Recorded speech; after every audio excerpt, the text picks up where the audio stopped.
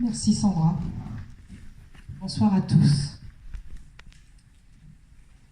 Je suis là pour vous parler de ce que vous ne voyez pas, de ce qui sera peut-être la vie d'un de vos proches et qui fera changer à tout jamais votre vie, sans que vous ne l'ayez demandé. J'ai vécu 30 ans sous l'emprise d'un pervers narcissique. C'est quelqu'un en apparence comme vous et moi, ou peut-être paraissant mieux que vous et moi. C'est un calculateur par excellence. Il se nourrit de vous et de vos enfants. Il manipule à la perfection tout son entourage. Vous ne comprenez pas ses agissements et vous êtes incapable de mettre des mots sur cette situation, ni même un nom. Votre entourage ne vous croit pas, car il leur donne une toute autre image. Il reste toujours à la limite répréhensible, vous détruit sur le long terme. Mais une chose lui est propre, la possession. Vous êtes son objet, sa propriété, et on ne reprend pas ce qui lui appartient. Il impose sa loi. La vraie loi, il la contourne, la manipule, recherche toutes les failles et s'y engouffre avec délectation, en vous faisant comprendre qu'il est bien trop malin pour se faire prendre. Il est un formidable acteur et toute votre famille et les hommes de loi tomberont inévitablement dans le tableau. Vous êtes la victime, mais il retourne la situation et vous fait passer pour le bourreau. C'est une situation de dingue. Rien ni personne aujourd'hui n'est en mesure de vous en sortir. Alors, il est grand temps d'agir. Et pour cela, il n'y a que nous et nos témoignages pour mener une action de fond et trouver des solutions à l'explosion de toutes ces violences diverses et variées qui meurtrissent notre société. Sandra Faugère est une femme avec ce vécu, mais pas seulement. Elle est la force et la main tendue que j'aurais souhaité trouver le 23 mai 2016, date fatidique malheureusement.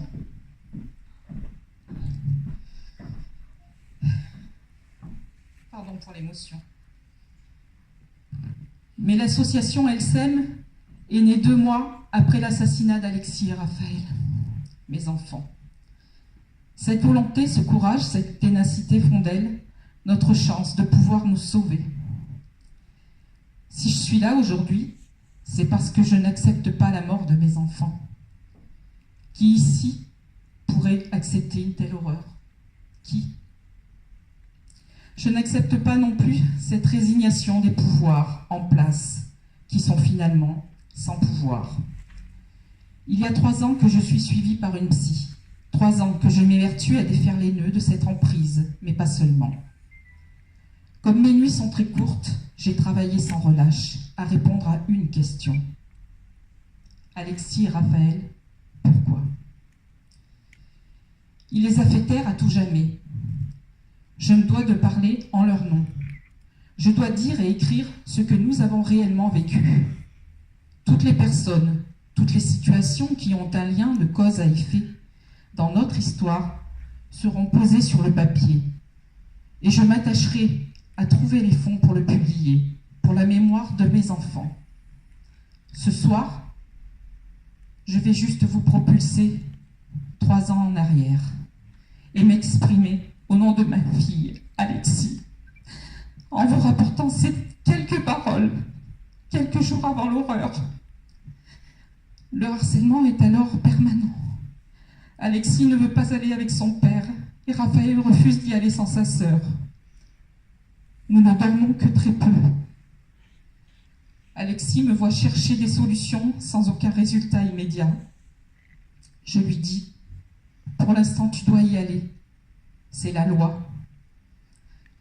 Difficile à entendre, n'est-ce pas? Elle me parle alors d'un numéro d'urgence affiché à l'école et me dit « Je vais l'appeler maman ». Je lui réponds « Si tu veux, ma chérie ». Le soir, nous rentrons de l'école et elle n'est pas bien. Je la vois tourmentée. Elle s'effondre et me dit, avec toute la culpabilité, que ses petites épaules d'enfant de 9 ans. Au milieu de ses larmes et de ses cris de désespoir, « Maman, je n'ai pas pu demander pour téléphoner. Je n'ai pas réussi. » Je la rassure en lui disant que ce n'est pas à elle de faire cela, que j'ai pris un rendez-vous avec une psy au CHU d'Estaing et que l'on va y arriver. Mais le rendez-vous est loin, si loin, début juillet. Le vendredi soir, à 5 heures, il vient les chercher devant le portail avec le camping-car. Alexis panique, sonne à l'interphone et me répète sans cesse « Maman, tu n'as rien oublié? Tu n'as rien oublié, maman ?» Je lui réponds en larmes « Non, ma chérie !» Son frère a peur et redescend du camping-car. C'est un moment de stress total pour eux. Je suis désemparée. Je l'entends crier de m'insulter dans le vidéophone et ne réponds pas pour ne pas envenimer la situation.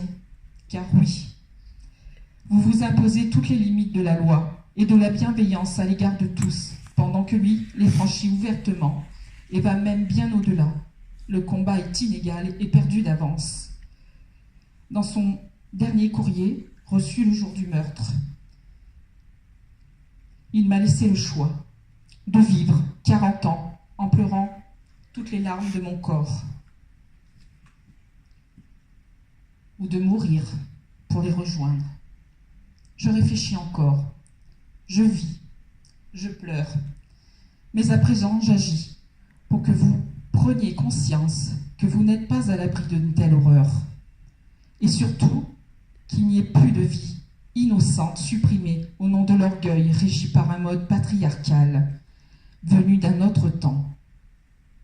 LSEM est une association mise en place dans ce même but, afin de sauver notre plus grand patrimoine, la vie.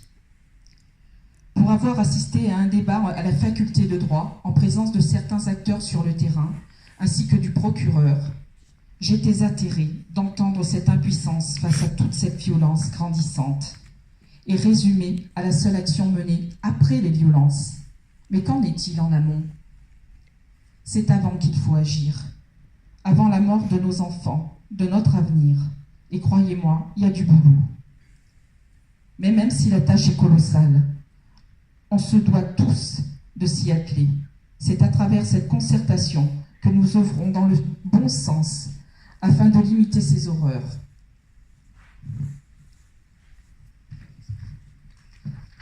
LSEM s'investit. Elle a besoin d'un minimum de financement pour répondre aux frais engagés de bénévoles, mais aussi de votre implication en tant que parents et pas de simples géniteurs. Et ceci concerne aussi bien les hommes que les femmes. Restez attentifs et vigilants aux gens qui vous entourent.